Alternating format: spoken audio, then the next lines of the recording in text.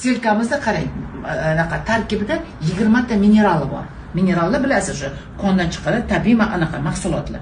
Yana turmalini bor, tillasi bor, mineral. Oyog'imizning tagida har bir organimizda tochkalar bor. Demak, siz buni kiyganingizga, mana hozir yurganingizdan keyin, siz amortizatsiya qilib bosganingizdan keyin har bir tochkangizga o'shalar nima qiladi, stimulyatsiya beradi. Demak, qon tomirlaringiz, limfalaringiz tozalashni boshlaydi. Qon tomiri har doim aylanib toza bo'lib tursa, qon tomiringiz, siz kasallanmaysiz. Qon tomiri xolesterinni tekshirdingiz, lipidlar nimaga? Qon tomiri mana shunaqa top-toza bo'lsa, o'sha sujeniya bo'lgandan keyin qisqarib boradi, to'g'ri? Nimaga?